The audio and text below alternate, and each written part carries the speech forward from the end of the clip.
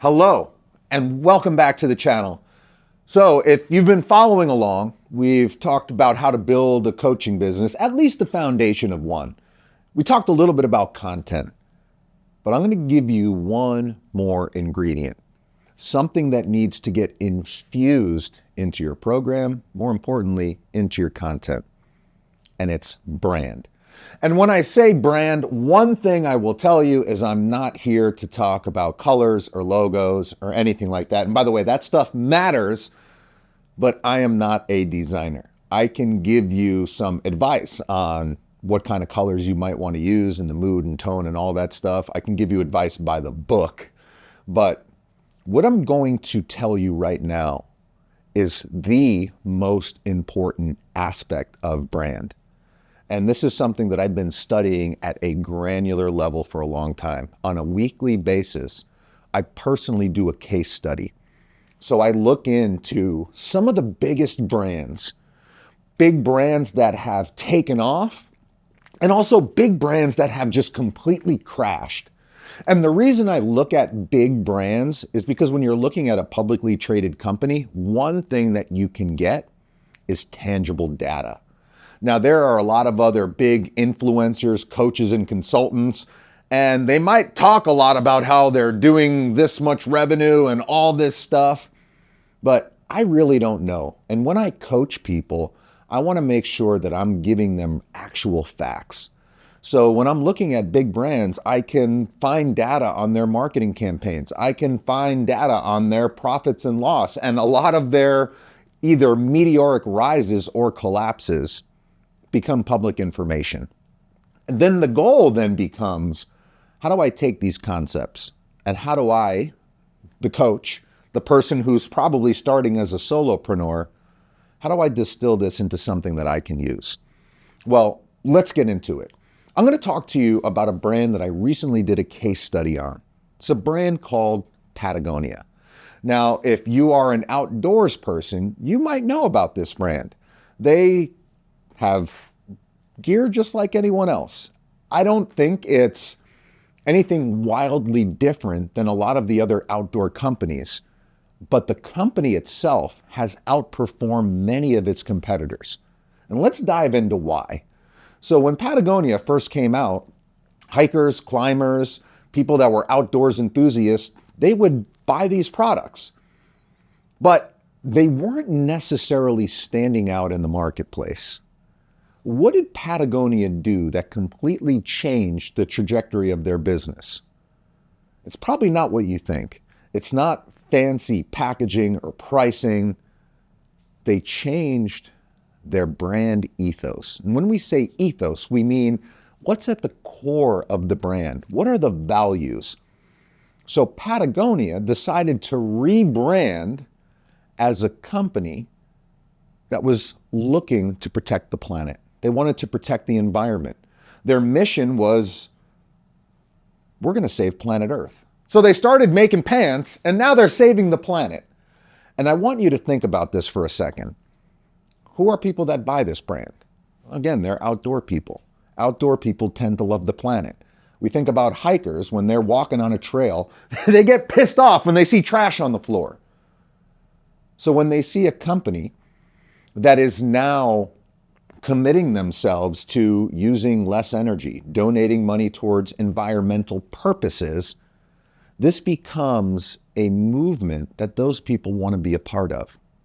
So people that never necessarily were advocates for the brand before, because they loved what Patagonia was about, they decided to dive in and support that brand, not for the clothes itself, but for the mission that they were on. Patagonia formed a mission-based brand. Now, let's rewind a little bit. Now, funny story, real time. I'm going to tell you something. Standing in a studio right now, and I was having a conversation with the amazing videographer. She's actually standing on the other end of this camera right now, probably laughing and saying, "Raph, what are you talking about?" We were talking a little bit about psychology. And I want to bring you behind the scenes on psychology for a moment. So what is the psychology behind this? You see, if you lived in prehistoric times, you were a Neanderthal and you rolled up out of your cave, the first thing you would do is you would go around and you would look to scan for threats. And usually people banded together in groups. If you were part of the group, it meant you were safer. And what evolutionary psychologists believe is that this tendency to want to be a part of a tribe, be a part of a group, it's still wired in our DNA today. So when Patagonia decided to create this mission to save the planet and voice that mission through their brand, people wanted to be a part of that. So I want you to think as a coach, when you're creating your content, it's not just about the message that you're putting forward, but what's at your core? What's your ethos? What is a message that you can deliver that other people want to be a part of? You see, for me, I want to change the way education is delivered across the world. I want to be one of those coaches who truly stands out as a voice, someone who lifts up, who inspires, and teaches people how to build their best life while doing something that they love for a living. And I want to do it from the heart, from spirit. And if that's something that you can get with, well, stick around for the journey. Let's look at another quick case study, Nike. Now, many of you probably know the brand, but when Nike first started, they weren't the incredible business that they are today. As a matter of fact, Nike was in some hot water. They were going down. And I highly recommend, if you're interested in brand, read the book Shoe Dog, all about the story of Nike. But let's put that to the side for a moment.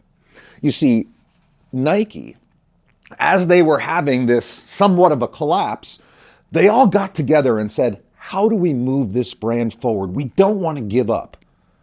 So what did they do? They didn't change their packaging, their pricing, none of it. In 1988, they launched the Just Do It campaign.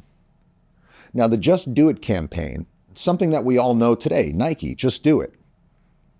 Back then it was new, but at the heart of Just Do It were Nike's core values: the spirit of an athlete, the willingness to achieve greatness, this idea that anyone could build their dream if they had the courage to pursue it. And what happened? There was people from all around the world, athletes, celebrities. They said, that's me. I have the willingness to go after my dream. I'm looking to achieve greatness. Now, once again, they didn't do anything fancy. They just created a movement that people wanted to be a part of. They looked at the brand, they looked at the logo and says, that's me, and I'm just going to do it. So, just some food for thought for you. I want you to write down a few of your core values. Like, not something that you're just going to put on the wall, but what's really inside your heart. What do you really believe in, and what do you want for the people that come into your world? I want you to create a mission that people can be a part of, that people want to be a part of. And that, my friends, is the beginning of how you build an iconic brand. So go create. I hope you enjoyed. See you in the next one.